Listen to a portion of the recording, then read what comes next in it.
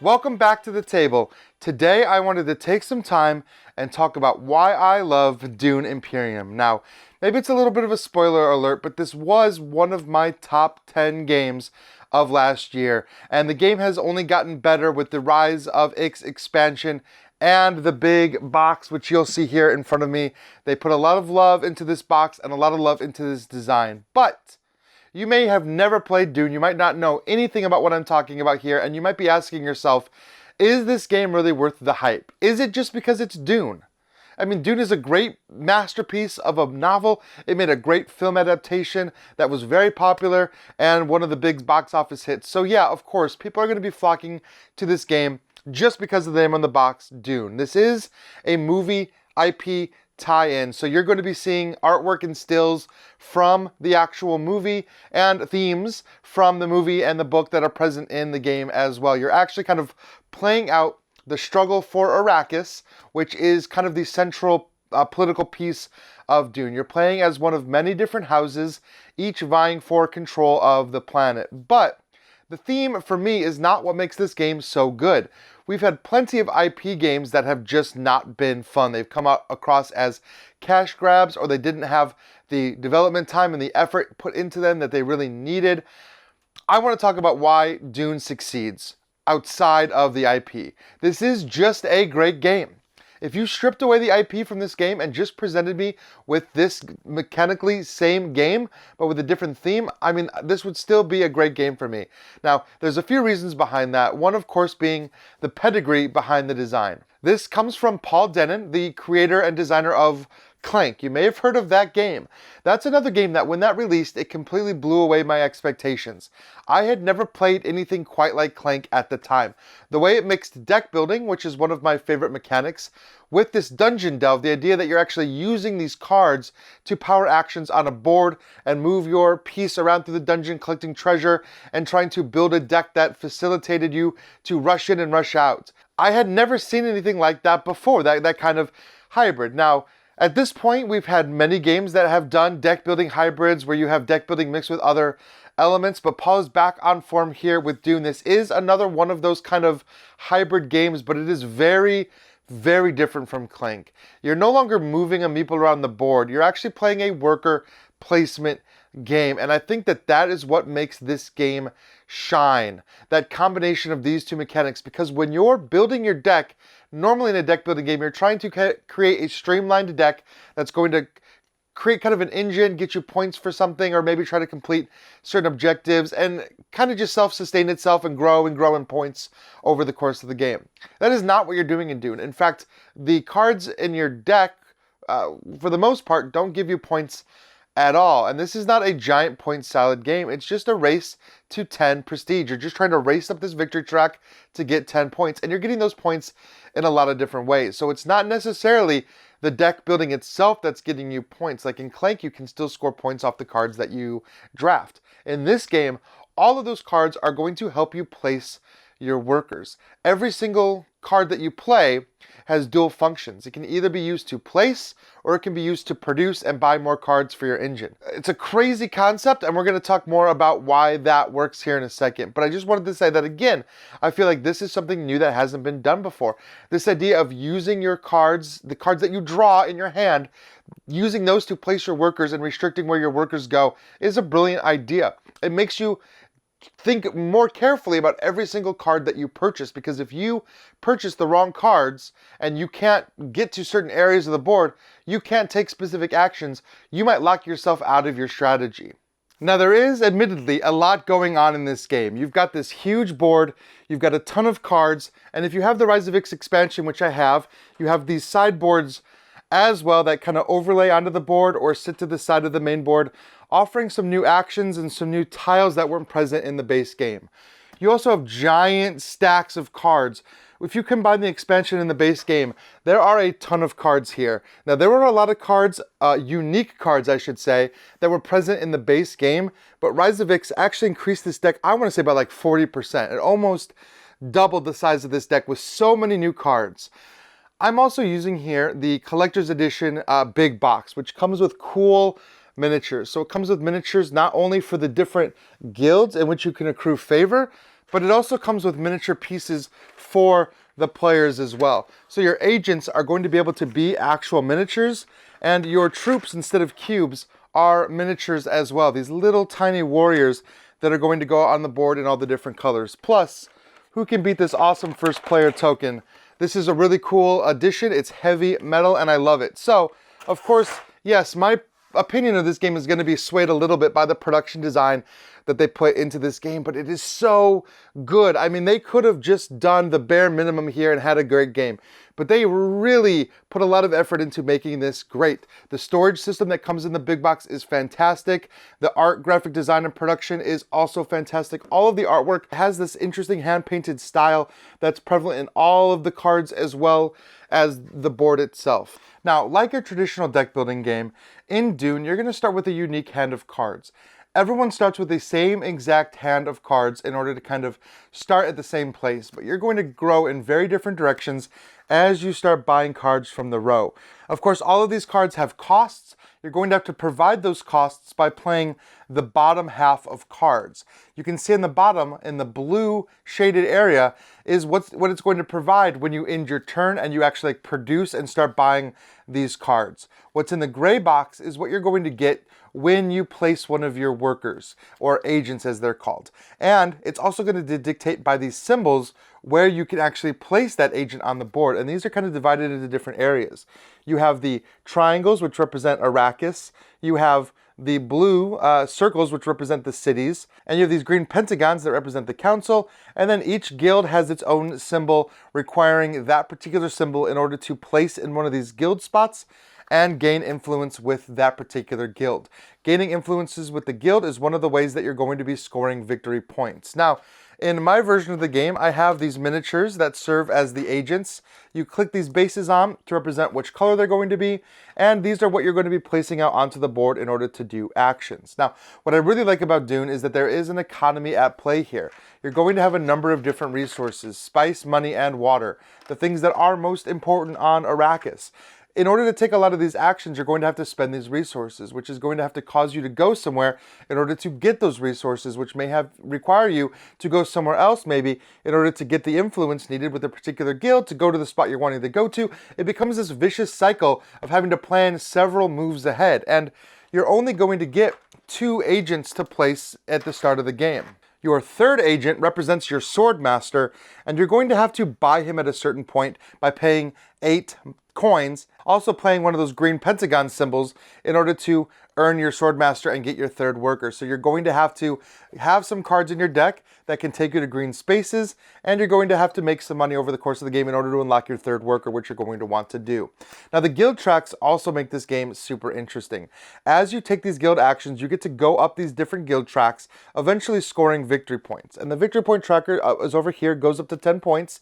First to 10 kind of wins, but also there is only 10 rounds in the game dictated by this deck. So it might end a little earlier than 10 rounds, or it might go to 10 rounds. I'll talk about that in a second. But this is a great way to score victory points. In addition, whoever crosses the high mark is going to get the actual guild icon. They're going to place this in front of them, and that's going to score them a point as well. But this point can be taken away from you. And this is where a lot of the drama and tension comes in the game.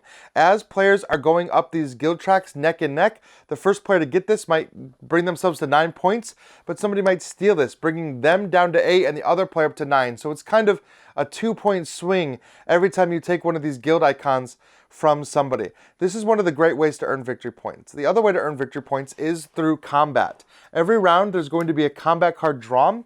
This conflict card is going to dictate the rewards for that particular conflict. You get to see that conflict reward at the start of the round, so you get to determine if you want to add troops into that battle or not. Like a lot of things in Dune, you're going to have to decide if you want to place those troops. You're going to have to take specific actions. You're going to have to go to battlefield sites, and those are sites that are marked with the crossed swords.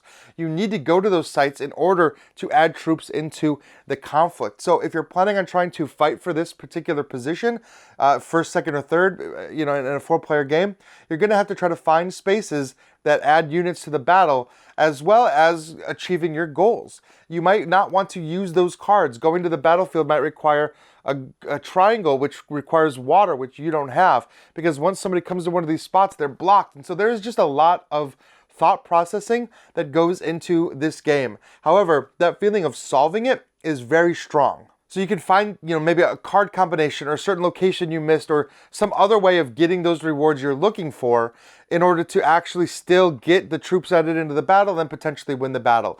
Of course, not every battle gets you victory points. Some battles give you monetary rewards or movement on some of the different guild tracks and things like that, or possibly intrigue cards which change up the game in a variety of different ways. Now, I could go on and on talking about the turn-to-turn structure and how much of a puzzle it is and how interesting the decisions are going to be, but I do also want to talk about this Rise of Ix expansion. Every so often, you get a game that comes out that feels great, a solid 7 or an 8.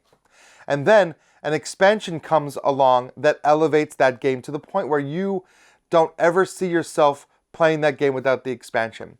I'll admit that the base Dune had one major flaw in my point, and there was so many ways to get money and spice that eventually you ran out of ways to spend it. There was just nothing. You amassed these entire piles of spice and entire piles of money that just did nothing. Rise of Ix completely addresses that with this new board. Now, there's still a lot of money to be gained. There's still money engine, so you could still end up with giant piles of money, but they thought of that when they added new cards into the Rise of Ix expansion. A lot of these cards with their agent abilities actually have costs now.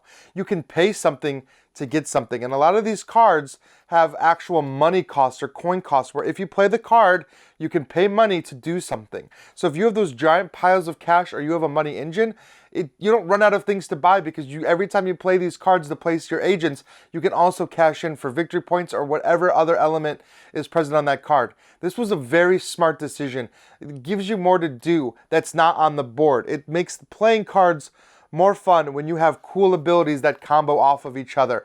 They did a lot of that with Rise of Ix. Now, I already mentioned how many new cards come with Rise of Ix, and they're not just new agent abilities. There's a lot of new different types of card combos, like abilities that trigger when you discard a card or cull a card, or cards that let you go to the same spot as another agent and take the action that was already taken. Things that were missing from Dune that felt really good. Rise of Ix also added a ton more intrigue cards. Intrigue cards were kind of the combat tricks of the game, or the plot cards that scored you some last minute points, but they were kind of samey. A lot of them just gave you swords for combat.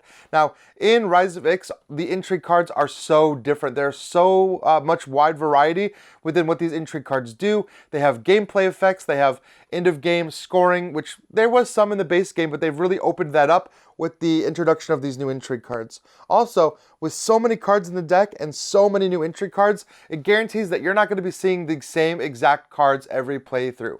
There were some cards in the base game that were like holy grail cards. You had to grab those cards if they came up. Well, with almost double the amount of cards, it's less likely that you're going to see any one particular card. So you can't build your strategy around waiting for a certain card to pop up in the row. You need to actually play what's out there and try to build the best combos and synergies with the cards available to you instead of hunting through for particular cards. Now, Rise of Ix also added, I said, this overlay board here, which gives you an entire new shipping section. Again, this is great because they were able to tie this shipping section into other rewards. Things will move you up on the shipping track and allow you to take the rewards of the shipping track. I can say that that's a very satisfying feeling.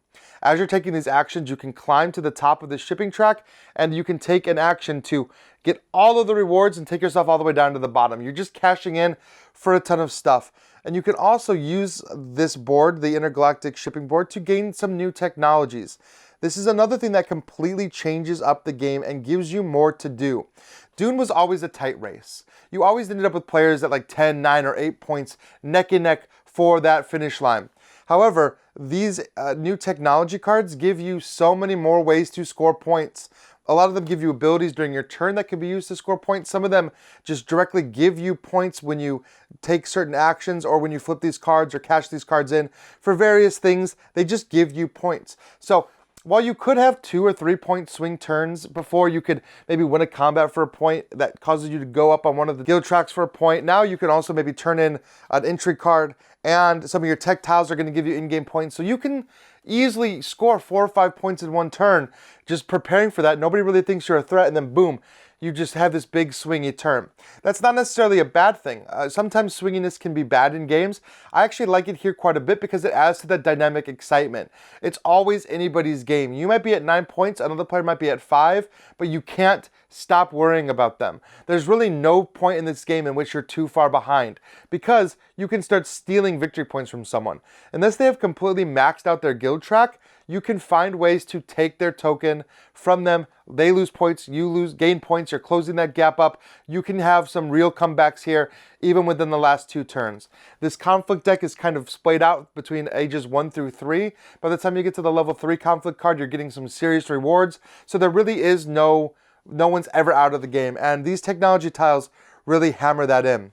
There's also the new Dreadnought. This is a fighter that can enter into battle, and it's worth 3 battle points, or 3 combat strength. That's huge in battle. It's basically 1 unit that's worth 3 units. However, if you win with it, the Dreadnought has to come out and occupy a site, giving you the rewards for that site as if you would won a conflict there. That's also really cool. If you're falling behind in combat and you just can't keep up, you can just drop 1 Dreadnought in there, and you don't need to find as many ways to add troops over and over again. Most of these places only let you add 2 units into battle, while the Dreadnought automatically counts as 3, so you could add up to 4 strength just with going to one of these battlefield sites. So obviously the Rise of Ix expansion adds a lot. To me, all of those new ways to score points, all of these new intrigue cards, all of the new effects that came with all the new cards of Rise of Ix, all of this added together, that elevates this game. Honestly, that takes this game from, like I said, a 7 or an 8 right up to a 9. This is a solid 9. It is thematic. All of the actions that you're taking are thematic. The houses that you're playing are based on the houses from the book and the movie. They all have very thematic actions. I didn't even really talk about all of the different player powers, but if you watch this channel, you know that I love player powers. And so seeing all the different ways that these player houses interact with the board or give you new abilities, it almost feels like cheating at times, which is something I really like when you feel like, oh, nope, I'm getting that card for cheaper because of my ability, or I'm taking this action anyway for free because of my ability.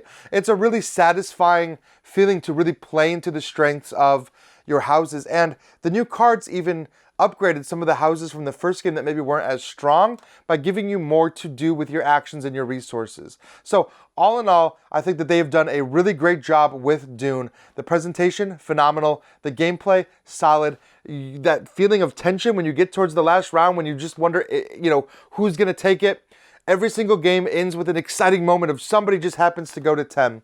And the big box expansion, if you have it, adds a epic game mode with some new cards that can be added in that takes the game up to 12 victory points instead. So you can have a much more dynamic game with bigger swings with some of these more powerful starting cards in your deck. So this is Dune Imperium. Hopefully by the time you finish this video, you have a pretty good idea about why I love the game and why I think that it is again, going to be a Game of the Year contender year after year, especially as new expansions become announced. I know that there's a talk of a new expansion coming out soon, and this insert was designed with some extra space, so you'll probably be able to store the expansion in the big box as well. I have these nice sleeves, which you can get with the big box and everything. It is a solid experience, and if any game ever deserved an MVM approved, this game does. So this is Dune Imperium. Thank you so much for watching today. And please ask any questions, leave any comments. Let me know your feelings on Dune. Let me know your negatives. I want to hear some cons because, to be honest, I don't have a ton. Most of mine were addressed by that Rise of Ix expansion. So again, thank you so much. And until I see you, keep having fun at the table.